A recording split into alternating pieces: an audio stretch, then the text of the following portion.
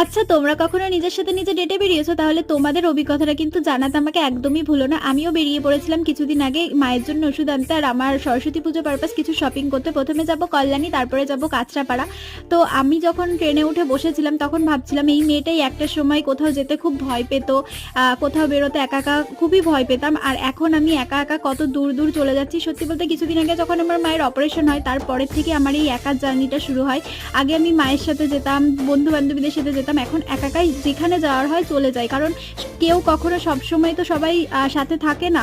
কখনো, কখনো নিজের কাজটা নিজেকেই করতে হয়। তো আজকে আমার এই জার্নিটা খুবই এনজয় করে আমি কাটিয়েছিলাম। তোমরা আমার ডেসক্রিপশন বক্স বা আমার নামের নিচে লিঙ্ক থেকে ভিডিওটা একবার চেক করো। আশা করব তোমাদের ভীষণ ভালো লাগবে।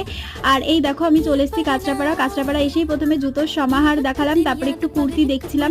আর এরপরে আমি টপ দেখতে চলে এসেছি। আর যদি তোমাদের ভিডিওটা ভালো লাগে তাহলে প্লিজ একটা লাইক করে দিও, কমেন্ট করে দিও, শেয়ার করে দিও। বাই।